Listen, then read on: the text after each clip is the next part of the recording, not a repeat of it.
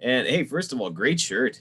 Hey, thanks. Yes, Marcus, you know me. I kind of don't wear a whole lot of wrestling shirts, but I figured, Brody Lee, they were doing the Pro Wrestling Tees giveaway where it was not giveaway, but selling all the tees and all the benefits went to Brody Lee. So I bought this baby. Dog collar match, man.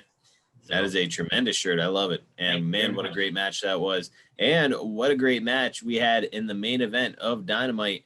I'm talking about, of course, Kenny Omega and Ray Phoenix.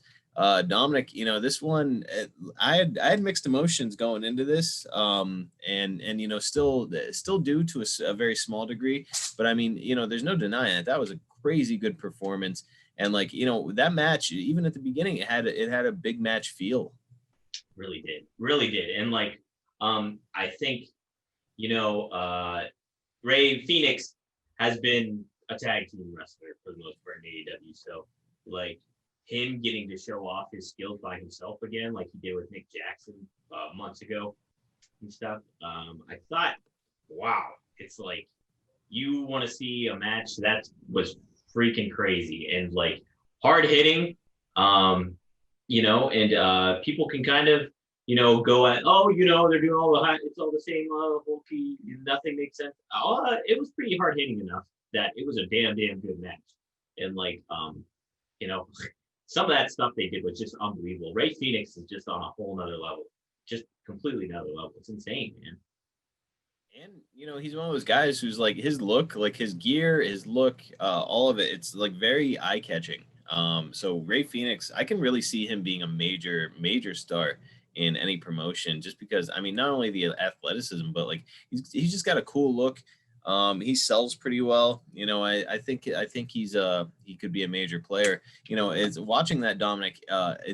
It had like a lot of the same vibes as like a super competitive ping pong match. Like Yeah. that's like what I mean? Where like both guys were super going in super confident, both are incredibly skilled, and it's like, all right, who's just gonna like which one of these guys is gonna manage to outdo the other one? I'm And gonna say it's obviously, like less of a intense ping pong match, more like Agassi versus Pete Sampras or something like that. yeah, it's I think ping pong is a little bit more apropos. There's a little bit more speed there, and that's certainly what we saw here was speed. One of the things that I told my wife, because she was there watching it with me, and by the way, she found the whole thing to be very amusing. But so one of the things I told her, I was like, so to me, like this match kind of epitomizes like simultaneously everything that's really cool about modern wrestling and some of the things that aren't so cool about modern wrestling or a little bit frustrating about modern wrestling. And by that I mean like what's cool is like the incredible, like unmatched athleticism and moves, like stuff that you will go ahead and go back and watch any matches from the 90s, like you won't find it.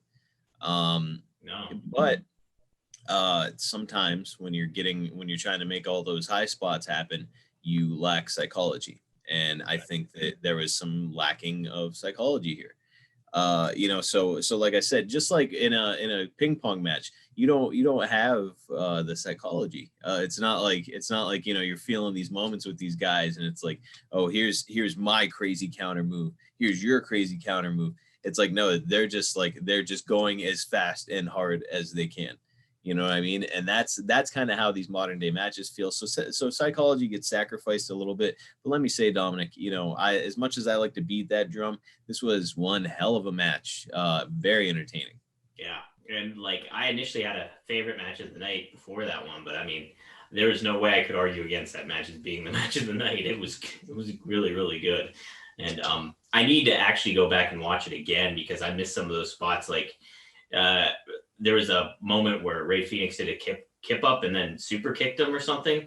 I missed that. So, and I heard that was Yeah, go back and watch that. But man, one of the things that I thought was the craziest was Ray Phoenix did a backflip off the top rope into a German suplex. So yes. yeah, like dude, I rewound it. I was like, I have to watch that again. And then they wound up showing the replay, but I was just like blown away by it. That was a very cool move. Yeah. Holy shit. Yeah. And I thought, I know we're talking about, I'm sure we're talking about this next, but how it played into the storyline coming up afterwards was a pretty good setup too, where they were going to try to finish Don Callis, the used car salesman, as Moxley called him earlier in the night. wanted Kenny to finish Ray Phoenix off with another one wing angel or V trigger. So, but then we got what happened. So. Yeah, I mean, let's get into it, man. So John Moxley comes out and does the save for Ray Phoenix, and who snuffs that flame out? But the Good Brothers of Impact Wrestling, the Impact Tag Team Champions, the Good Brothers, Doc Gallows and Karl Anderson. What names were they known by in WWE? I think Karl They were Anderson still the same. Karl Anderson was Karl Anderson, and then Doc Gallows was Luke Gallows. So used to be Festus, though, right? he used to be Festus, correct? Just like, two guys who are like, I mean, those two are old school wrestlers to the bone, I think. I mean, that being said, they still do their fun stuff when it comes, like, what is that thing called that they do? Talking Shop Mania? Yes, that's it. So they still do, they can still appreciate some of the fun ways that the wrestling is. Ferguson. The fun and annoying. Too bad Chad with the best laugh in wrestling. Occasionally annoying ways that wrestling is evolved. But I mean, those guys, like, there's some, I think at their core, they're a couple like old school wrestlers. Yeah. And so, yeah, I mean, dude, what an appearance. What a debut. And we sort of called it, there's going to be a lot of crossover between Impact and AEW. So we're getting it now. But then, like, what's the real lead here, Dom? Is it the debut of the Good Brothers, or is it the Young Bucks aligning themselves with this group? Yeah. I mean, that's like, I think it's almost one and the same in together, because and I talked to this about Kev on the WrestleZone wrap up on Thursday, was it's going to be tough to kind of convey them as a faction, I think, in certain ways, because you got two tag teams there.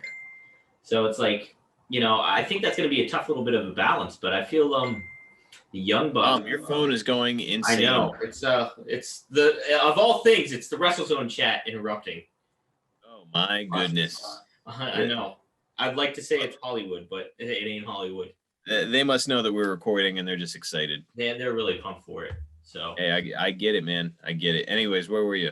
I think the Young Bucks kind of cementing themselves as heels, I think, is a real big thing. And I think, Marcus, it kind of satisfies what we were very not too keen on for a while, was the Young Bucks acting like trash, and finally, like, it kind of comes to fruition, I think, in a lot of ways here with this. I guess, like, they've done a bunch of babyface shit in the interim, though. So but, it's like, Marcus, let me say too, and I use this example with Kevin, was that look at what happened to The Rock in 1998. He was getting billed as that big baby face coming up. People were getting behind him, and boom, pulls the rug out from everybody, and he's a bad guy. He joins. I mean, we're talking apples and oranges, in my opinion, but I see what you're getting at. I'm just glad that we've arrived where we are, because the Young Bucks, to me, they're natural heels.